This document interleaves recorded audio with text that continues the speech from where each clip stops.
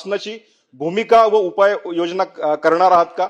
शासकीय कर्मचारी अधिकारी अनुसूचित जाती जमातीं कोट्यातून निवडून आलेले लोकप्रतिनिधी यांच्यावर बडतर्फीची कार्यवाही करून त्यांच्याकडनं लाभाची वसुली आपण करणार आहात का? माननीय सभापती महोदय, सन्माननीय सदस्य श्री अमित गोरखे यांनी अतिशय महत्वाच्या विषयावर या ठिकाणी सभागृहाचं लक्ष वेधलेलं आहे। ही वस्तुस्थिती आहे की नोव्हेंबर 26, 2024 ला माननीय सर्वोच्च न्यायालयाने एक निर्णय दिला आणि या निर्णयामध्ये त्यांनी हे स्पष्ट केलेलं आहे की शेड्यूल कास्टचं आरक्षण हे केवळ हिंदू, बौद्ध आणि सिख हेच घेऊ शकतात, इतर धर्मीय ते घेऊ शकत नाहीत।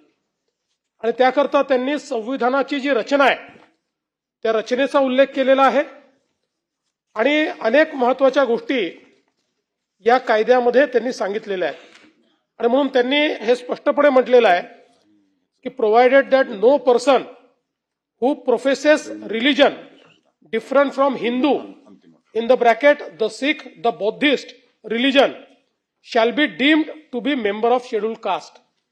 म्हणजे ज्या क्षणी तुम्ही हिंदू, सिख किंवा बुद्धिस्ट या तीन धर्म हे सोडता किंवा या तीन धर्माचे राहत नाहीत, त्यावेळी तुमचं शेड्यूल कास्ट हे स्टेटस जातं, ते तुम्हाला राहत नाही। आणि म्हणून यामध्ये फार स्पष्टपणे त्यांनी त्याची कारण मीमांसा देखील पुढे दिलेली आहे की त्यात त्यांनी सांगितलेलं आहे की we agree with the high court that when the appellant embraced Christianity in 1949, he lost the membership of Adi caste classifications.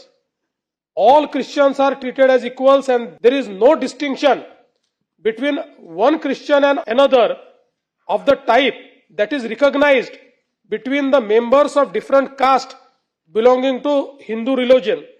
In fact, caste system prevails only amongst Hindus or possibly the same religions closely aligned with Hindu like Sikhism आणि Buddhism.